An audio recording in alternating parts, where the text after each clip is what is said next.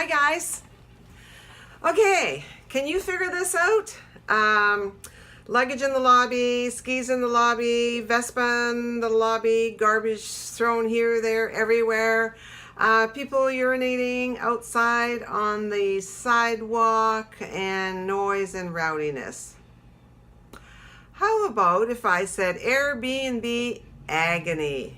Okay. You're going to see a little clip down below, and it's actually a video I did on April the 18th on the subject of Airbnb and the changes that were made in Vancouver.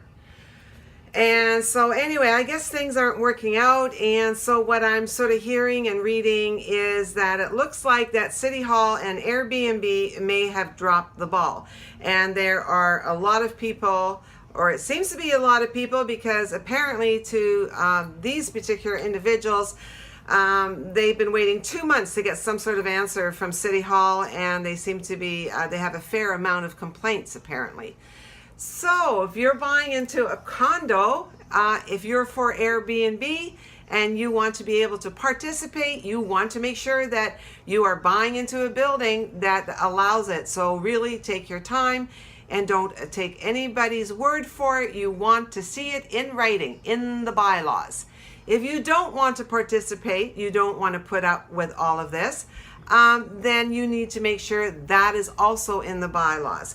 But remember, it only takes one. Hey, where I live, there's people want to break the rules all the time, or the rules just don't apply to them. And you've got this many people living together, you got to have rules. I don't like rules either, but you know what? It's sort of like communal living, so we need to try to figure out what works for all of us. Yeah, so anyway, that actually are the complaints that were laid out that these people are having in their condo, in their building. There's a person that is participating in Airbnb, and it was always, when this was implemented, the city gave the impression that you had to have a letter from the strata stating that they were a building that participated. Airbnb apparently was going to do cross-reference, and you were set. If you were living in a condo building and you are renting, then you need not only a letter from the strata, you need one from the landlord. So I don't know, they're going to have a lot of people on staff to cross-reference all of that. The one thing I was thinking about, apparently, now I could be wrong, but I think the last time I checked, there are like 30,000 strata buildings in British Columbia. Why doesn't the city just maybe get a list from the land title office, how many buildings in Vancouver City are there, and when the strata lot number comes up, just maybe have a tick. This building participates in Airbnb and this one doesn't. And then if somebody submits their address to get a license for Airbnb, you can just cross-reference that check, and you know that somebody's maybe falsified the documents. Just a little hint, it may help. It would probably be a lot quicker to do the cross-reference right from City Hall. So anyway, now of course, now if I'm a mom or a single mom, and or you know, my husband and I, we've got a little baby, and I got the guy across the hall from me who's participating in Airbnb, and every 5 days or 3 days or every week there's different people coming in and out. I'm not cool with that.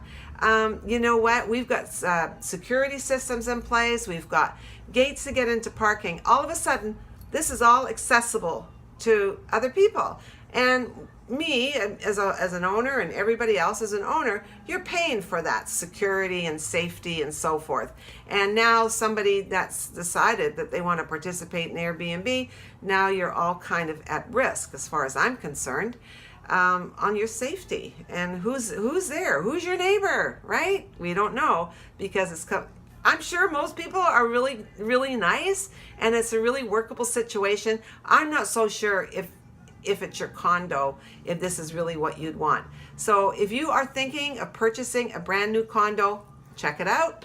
If you are living in a condo and you're not participating, I feel for you. I know that there could be a lot of expenses involved.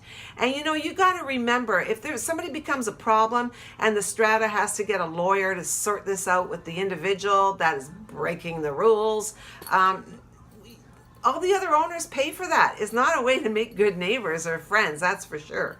And then the other thing too is your insurance. I'm sure, and I'm going to check up on this because I'm sure that's probably applicable, is that if I have my suite and I'm participating in Airbnb, then I'm going to have some kind of waiver on my insurance to cover these people that are staying in my suite. And I'm sure that the strata for the whole building would have to have a waiver of some sort on their insurance because they're now participating in short-term rentals as well.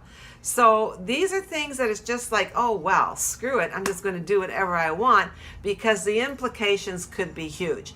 And like I say, if I was traveling, hey, I'm putting my place in Airbnb. Why not make some money while I'm spending it? This would be awesome. This would make my husband really happy. So anyway, guys, you know what? Do your homework. I'm going to put the article as a little trailer at the back. You can also, of course, go to Google and Google the article. I'll put the date of the edition of the province at the bottom so you can check it out. But do your homework. This could be your worst nightmare or it could be the best thing that ever happened to you. But you know what? It's like I say, don't assume. These are just my opinions. Do your own homework. And if this was helpful, I'd really appreciate it. A like. If you are experiencing or living a nightmare or it's working out, it's a fabulous thing for you, leave something in the comments just below. And if you want to see what I'm up to from one week to the next, then subscribe. That little button right there in the corner. It's hard to see sometimes. Just click that and become a subscriber. Anyway, guys, I will chat with you later. Take care and get it sorted out before you buy. Bye.